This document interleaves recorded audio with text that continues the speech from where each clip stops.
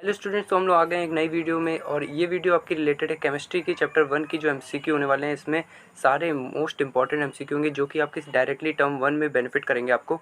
तो वीडियो को स्टार्ट करते हैं। बहुत जल्दी हम क्लास 12 के भी एमसीक्यू करने वाले हैं। जो कमेंट डाउन करके बता देना कि सबसे पहले मैं फिजिक्स के एमसीक्यू लाऊं, केमिस्ट्री के एमसीक्यू लाऊं या फिर मैथ्स के एमसीक्यू के लाऊं। तो फिर चलते हैं वीडियो पे। ये है chapter 1 chemical reactions and equations. इसमें हम एमसीक्यू करने वाले हैं, कुछ 20 एमसीक्यू हम करेंगे जल्दी से। आपको चैप्टर अच्छे से रीड करना है और उसके बाद ये एमसीक्यू क्वेश्चन प्रैक्टिस करने हैं और ये डेफिनेटली आपके एग्जाम में बहुत ही बेनिफिट देंगे आपको। सारे मैंने इंपॉर्टेंट क्वेश्चन पिकअप किए हैं जो कि आपके डायरेक्टली टर्म 1 में आएंगे। तो चलते हैं सीधा क्वेश्चन पे। तो फर्स्ट क्वेश्चन है, the respiration process during which glucose undergoes slow combustion by combining with oxygen in the cell of our body to produce energy is a kind of. Option number A है आपका exothermic process, B है endothermic process, C है reversible process और D है physical process. तो normally ये question में कह रहा है जो रेस्पिरेशन हमारी बॉडी में होता है वो कौन सी रिएक्शन है, कौन सा प्रोसेस है। एक्सोथर्मिक प्रोसेस है, एंडोथर्मिक प्रोसेस है, रिवर्सिबल प्रोसेस है या फिर फिजिकल प्रोसेस है। एक्सोथर्मिक मैं आपको बता देता हूँ थोड़ा सा। एक्सोथर्मिक क्या होता है कि कोई भी जब रिएक्शन होती है उसमें जब हीट इवॉल्व होती है, और एंडोथर्मिक में क्या होती है जब हीट कोई इन्वॉल्व होती है। और रिवर्सिबल प्रोसेस होती है जो, जैसे रिवर्सिबल प्रोसेस आप कह सकते हो कि आइस को जब आप क्या कहते हैं हीट करोगे तो पानी बन जाएगी और वापस उसको जब आप ठंडा करोगे तो वापस वो आइस बन जाएगी। तो इसे एक रिवर्सिबल प्रोसेस कहते हैं। और फिजिकल प्रोसेस में होता है कि आपने एक पेपर से एरोप्लेन बनाया और वापस उस पेपर को वापस खोल दिया तो वापस एक वो पेपर ही बन जाएगा। तो इससे फ़र्क नहीं पड़ता वो पहले एरोप्लेन था या क्या था। इसमें आपको बताना है कि रेस्पिरेशन प्रोसेस जो है वो कौन सी है। आपकी रेस्पिरेशन प्रोसेस है वो है आपकी एक्सोथर्मिक प्रोसेस, ठीक है। तो ये आपकी एक्सोथर्मिक प्रोसेस है। चलते क्वेश्चन नंबर 2 पे। तो क्वेश्चन नंबर 2 है, it is necessary to balance a chemical equation in order to satisfies the law of. तो इसमें पूछा है कि हम जो केमिकल इक्वेशन है उसको हम बैलेंस करते हैं कौन सा लॉ को सेटिस्फाई करने के लिए। तो पहला लॉ है कंजर्वेशन ऑफ मोशन, दूसरा है कंजर्वेशन ऑफ मोमेंटम, तीसरा है कंजर्वेशन ऑफ एनर्जी और डी है कंजर्वेशन ऑफ मास। तो बताइए इसमें कौन सा आंसर आपका सही होने वाला है और कमेंट डाउन में करना है कि 20 में से आपके कितने आंसर सही हुए। केमिकल इक्वेशन को हमेशा बैलेंस करते हैं law of conservation of mass को सेटिस्फाई करने के लिए। थर्ड क्वेश्चन है, which of the following gas is used in the storage of fat and oil containing foods for a long time. तो हम कोई भी चिप्स का पैकेट आप खरीदते हो उसमें फैट और ऑयल होता है, तो हम उसके अंदर कौन सी ऐसी गैस यूज़ करते हैं जिससे वो फूड ख़राब ना हो। तो इसका एक मिनट में आपको ऑप्शन दिखा दूँ। हाँ ये है। तो ऑप्शन ए है कार्बन डाइऑक्साइड गैस, बी है नाइट्रोजन गैस, सी है ऑक्सीजन गैस और डी है नियॉन गैस। तो ये आपका रेंसिडिटी का टॉपिक है, उससे ही क्वेश्चन आया जो कि बहुत ही इंपॉर्टेंट है। इसका आंसर है नाइट्रोजन गैस। आपकी नाइट्रोजन गैस यूज़ होती है कोई भी फैट और ऑयल कंटेनिंग फूड्स को लॉन्ग टाइम के यूज़ करने के लिए हम नाइट्रोजन गैस का यूज़ करते हैं। अब आते हैं फोर्थ क्वेश्चन पे। फोर्थ क्वेश्चन है, magnesium ribbon is rubbed before burning because it has a coating of. Option A basic magnesium carbonate, option B basic magnesium oxide, option C basic magnesium sulphide, option D basic magnesium chloride. तो इसमें आपको बताना है कि जो magnesium की जो ribbon होती है हमको उसको जब हम बर्न करते हैं ऑक्सीजन के प्रेजेंस में तो उससे पहले हम उसको रब्ड करते हैं। तो ऐसा क्यों करते हैं? तो ये आपकी एक एक्टिविटी से बेस्ड है।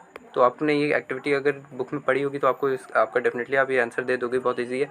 तो इसमें देखो क्या होता है कि मैग्नीशियम जो रिबन होती है ना, जब वो सराउंडिंग और हमारे एटमॉस्फेयर पे रखी रहती है तो वो कार्बन डाइऑक्साइड से रिएक्शन करके मैग्नीशियम कार्बोनेट बना लेती है। तो इसका सही आंसर होगा magnesium carbonate, basic magnesium carbonate. अब आते हैं क्वेश्चन नंबर 5 पे। तो oxidation is a process which involves. Option A addition of oxygen, option B addition of hydrogen, option C removal of oxygen, option D removal of hydrogen. तो आपको बताना है कि ऑक्सीडेशन क्या होती है। तो अगर आपने ऑक्सीडेशन की डेफिनेशन पढ़ी होगी तो आप ये आंसर जल्दी कर लोगे। तो इसका सही आंसर है एडिशन ऑफ ऑक्सीजन। देखो मैंने सेम वही क्वेश्चन रखा है कि रिडक्शन क्या होता है, ऑक्सीडेशन रिडक्शन। तो इसमें दूसरा वही क्वेश्चन है कि प्रोसेस ऑफ रिडक्शन क्या होती है। तो ऑप्शन नंबर ए है आपका वही एडिशन ऑफ ऑक्सीजन और addition of hydrogen, C option है रिमूवल ऑफ ऑक्सीजन, डी है रिमूवल ऑफ हाइड्रोजन। तो आपको इसमें बताना है कि रिडक्शन क्या होती है। तो रिडक्शन क्या होती है हमारी, रिडक्शन होती है हमारी एडिशन ऑफ हाइड्रोजन। ऑक्सीडेशन और रिडक्शन और रिडॉक्स रिएक्शन से डेफिनेटली बहुत क्वेश्चन फंसते हैं। तो सीधे चलते 7 क्वेश्चन पे। What type of chemical reaction take place when electricity is pass through water. आपको बताना है कि जब हम किसी पानी में इलेक्ट्रिसिटी डालेंगे तो वो कौन सी रिएक्शन होगी। क्या वो डिस्प्लेसमेंट रिएक्शन होगी, क्या वो कॉम्बिनेशन रिएक्शन होगी, क्या वो डिकम्पोजिशन रिएक्शन होगी या फिर डबल डिस्प्लेसमेंट होगी। तो जल्दी से कमेंट करिए आंसर।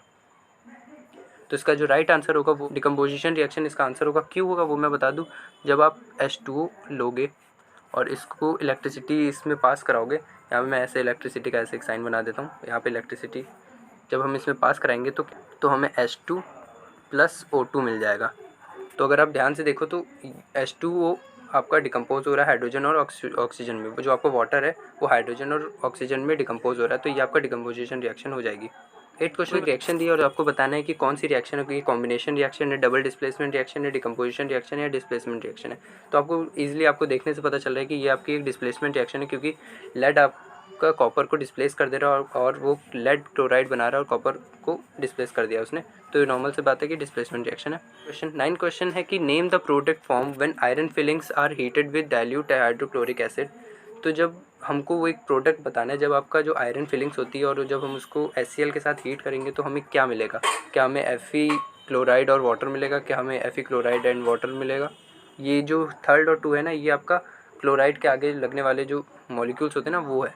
जैसे आपका ये अगर मैं आपको इसमें ऑप्शन बताऊँ तो ये कुछ ये लिखा है आपका। ऑप्शन ए है FeCl3 प्लस H2O, ठीक है, और दूसरा है FeCl2 plus H2O। Option C है आपका FeCl2 प्लस H2, और लास्ट ऑप्शन है आपका FeCl3 प्लस H2। तो ये आपको मैंने और अच्छे से सिंपल से आपके ऑप्शन लिख दिए हैं। ये आपका ऑप्शन ए है, ये आपका ऑप्शन बी है, ये ऑप्शन सी है, ये ऑप्शन डी है। तो आपको इसमें से बताना है कि वो कौन सा प्रोडक्ट फॉर्म होगा जब हम आयरन फिलिंग्स को हीट करेंगे हाइड्रोक्लोरिक एसिड के साथ, तो क्या बनेगा। आंसर ये डी होने वाला और ये भी डी होगा। क्यों होगा वो मैं आपको बता दूँ, ये मैं आपको पहले एक रिएक्शन लिख के दिखा दूँ इसमें। तो ये रिएक्शन देखो क्या होगी, जब हम अपना Fe लेंगे प्लस इसमें हम HCl डालेंगे और इसको जब हम इसके साथ हीट करेंगे तो ये क्या बनाएगा, Fe क्लोराइड बनाएगा, FeCl3 बनाएगा और साथ में H2 गैस रिलीज़ हो जाएगी और FeCl3 बनाएगा, ठीक है। तो इसलिए ये हमारा है प्रोडक्ट बनेगा और यही आपका डी ऑप्शन है। तो नेक्स्ट क्वेश्चन है the reaction in which 2 compound exchange their ions to form 2 new compounds is called. Option number A है displacement reaction, option number B है combination reaction, option number C है double displacement reaction और option number D है redox reaction. तो आपको इसमें बताना है कि ऐसी रिएक्शन जिसमें 2 कंपाउंड्स अपने आयंस चेंज कर लेते हैं तो उसे कौन सी रिएक्शन कहते हैं। तो जल्दी से कमेंट करिए। तो इसका जो सही आंसर है वो है डबल डिस्प्लेसमेंट रिएक्शन, क्योंकि डबल डिस्प्लेसमेंट रिएक्शन में आपके जो 2 कंपाउंड्स होते हैं वो अपने आयंस चेंज कर लेते हैं और एक नया कंपाउंड बना लेते हैं, तो उसे हम डबल डिस्प्लेसमेंट रिएक्शन कहते हैं। तो चलते हैं नेक्स्ट क्वेश्चन में। नेक्स्ट क्वेश्चन है 11 आपका।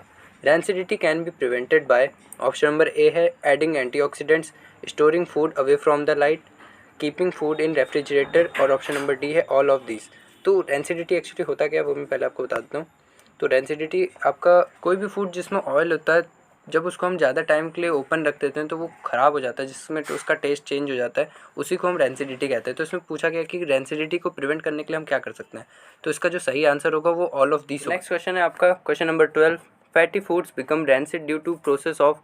ऑप्शन नंबर ए है आपका ऑक्सीडेशन, ऑप्शन नंबर बी है कोरोजन, ऑप्शन नंबर सी है रिडक्शन और ऑप्शन नंबर डी है हाइड्रोजनेशन। तो इसमें पूछा है जो फूड कंटेनिंग ऑयल्स होते हैं वो ख़राब हो जाते हैं कौन से प्रोसेस से, ऑक्सीडेशन से, कोरोजन से, रिडक्शन से, हाइड्रोजनेशन से, किससे होता है आपका। कोरोजन तो होगा नहीं क्योंकि कोरोजन रिलेटेड होता है रस्टिंग से, तो इसका सही आंसर हो जाएगा आपका ऑक्सीडेशन। तो चलते हैं नेक्स्ट क्वेश्चन में। Question number 13 the chemical formula of lead sulphate is.